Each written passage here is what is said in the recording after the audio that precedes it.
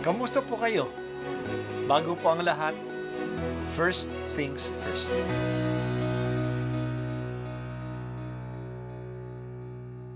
Good morning po. Sinisimulan po natin ngayon ang first things first. At dito po, tinatalakay natin sa unang bahagi ng umaga natin ay ang first readings na binabasa po sa banal na misa. Ito pong tinatalakay natin kasi madalas po kasi marami na tayong alam tungkol sa gospel readings. Pero konti po ang nagsasalita sa first readings. Pero ang first readings, bahagi din po yan ng Biblia, ng banal na kasulatan. Kaya susubaybayan po natin ang mga first readings, basahin po natin at kuminsan kailangan ng basahin ng 2 o 3 beses bago maintindihan kasi hindi po tayo familiar sa mga istorya at sa mga kaisipan na tinatalakay dito. Ang pagbasa mula sa aklat ni Sirach. Kinakalingan ng karunungan ang mga humahanap sa kanya. Sila'y kaniyang itatampok at padadakilain. Ang nagmamahal sa kanya'y nagpapahalaga sa buhay. Ang maagang naghihintay sa kanya ay magtatamasa ng kaligayahan.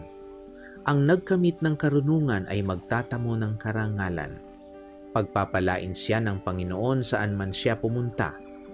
Ang naglilingkod sa karunungan ay naglilingkod sa Panginoon. Iibigin ng Panginoon ang sino mang umiibig sa karunungan. Ang tumatalima sa kanya'y humahatol ng wasto. Ang nagpapahalaga sa kanya'y nabubuhay ng matiwasay. Magtiwala ka sa karunungan at kakamtan mo siya, at mananatili siya sa iyo, sa iyong lahi hanggang sa iyong kaapu-apuhan. Sa pasimulay, isasama kaniya sa mga liku-likong landas. Tatakutin kaniya at pupuspusin ng agam-agam. Pagtitiisin kaniya ng bigat ng kaniyang mga tuntunin. At susubukin kaniya sa pamamagitan ng kaniyang mga utos.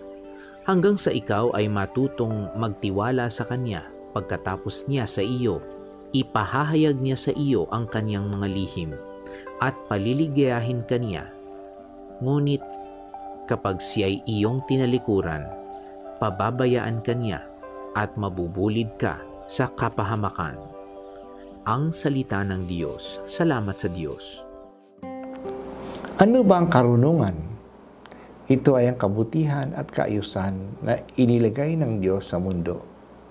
Masasabi din natin na ito ay ang kalooban ng Diyos.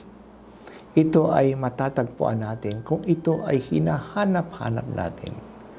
Hindi naman nagtatago ang Diyos. Ang kagustuhan niya ay pinapakita niya sa atin.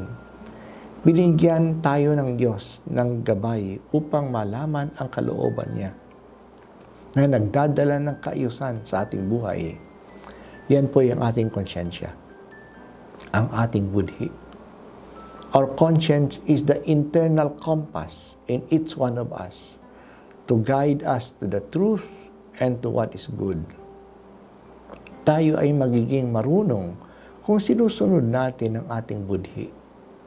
Ang nagpapahalaga sa karunungan, ng ibig sabihin nagpapahalaga sa kanyang budhi, ay mabubuhay ng matiwasay. Sa simula, parang mahirap sumunod sa ating konsyensya. Parang ang dami ng mga bawal na gawin.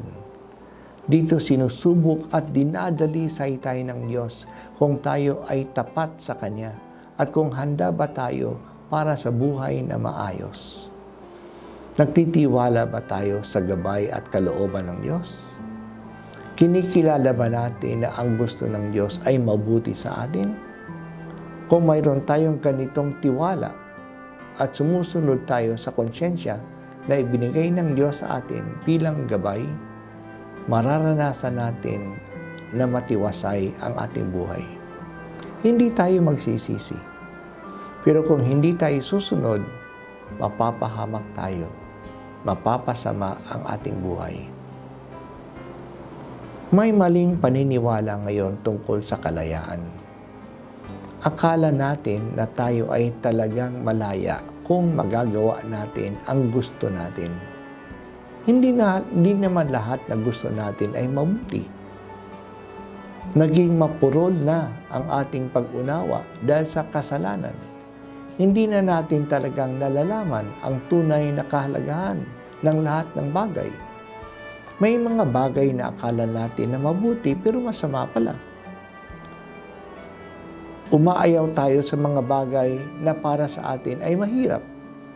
Kasi hindi natin nakasanayan, pero mabuti pala. Mahirap pag-exercise, pero mabuti ito sa ating kalusugan. Ayaw natin ng gulay, pero nakakapalusog sa atin. Kaya kung gagawin na lang natin ang gusto natin, hindi mapapabuti ang ating kalagayan. Ang tunay na kalayaan ay ang paggawa ng nararapat, paggawa ng mabuti. Ginagawa natin ang mabuti kasi nakikita natin na mabuti ito. Ginagawa natin ito ng malaya at hindi napipilitan lamang. Yan ang tunay na kalayaan. Binigyan tayo ng kalayaan upang makapagpili ng mabuti, ng maganda at ng tama. May konsyensya tayo upang may gumabay sa atin para tunay na maging malaya. Sikapin natin na maging matuwid ang ating konsyensya. So we need to educate and to form our conscience. And we need to follow our right conscience. Kaya hubugin natin ang ating budhi at sundin natin ang matuwid na budhi natin.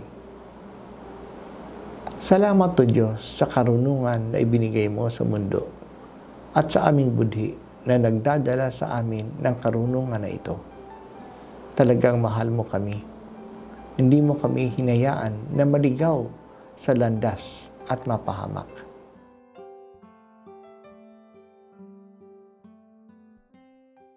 At ako po ay si Bishop Broderick Pabilio dito sa First Things First.